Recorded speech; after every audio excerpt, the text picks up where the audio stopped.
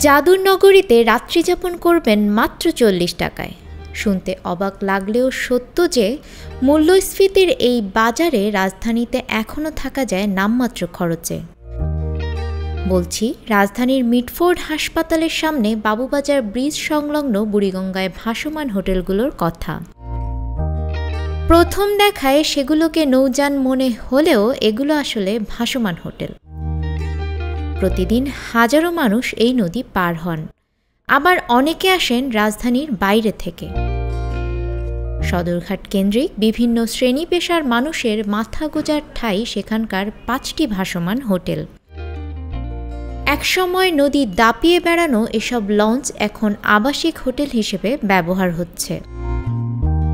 প্রতি রাতের জন্য এসব ভাসমান হোটেলে ঢালা বিছানা 40 থেকে 50 টাকা, সিঙ্গেল কেবিন 120 টাকা ও ডাবল কেবিন 150 টাকা ভাড়া।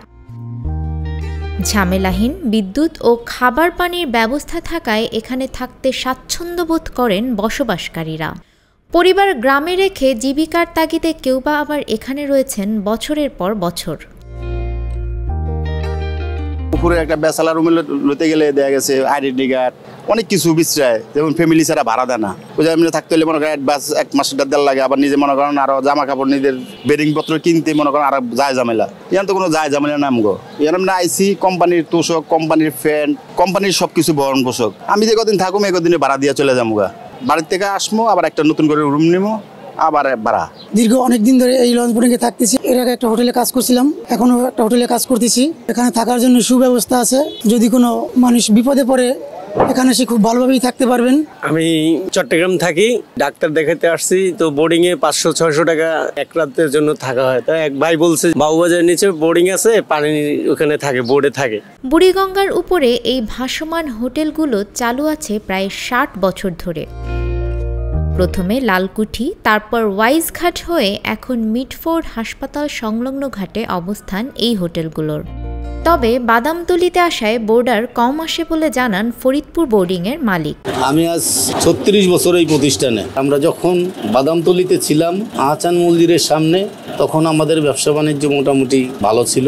এখন বর্তমান এই মিটফোর্ড ঘাটে মোটামুটি ব্যবসা তেমন একটা ভালো না আর কি। কেবিন খালি যায়, ওখানে কাস্টমারও ভরপুর ছিল, এখানে কাস্টমার কম পাই। 70 দশকে ভাসমান এসব হোটেলগুলো বেশ জমজমট ছিল। শুধু খাবারের বিল পরিশোধ করলেই রাতে থাকা যেত। তবে এখন আর খাবারের ব্যবস্থা নেই। ভাসমান আর স্বল্প আয়ের মানুষদের নিরাপদ ঠিকানা হয়েছে এই হোটেল। দৈনিক ভাড়া হিসেবে এখানে থাকতে পারেন যে কেউ। সিটি কর্পোরেশন থেকে নেওয়া আছে বিদ্যুতের লাইন, আর বোটগুলো নদীতে বৈধভাবে রাখার জন্য নেওয়া আছে সব ধরনের অনুমোদন। নিম্নবিত্তদের জন্য অন্যতম ভরসার স্থল 40 টাকার এই হোটেল। আফরিন আপ্পি, আমাদের সময়।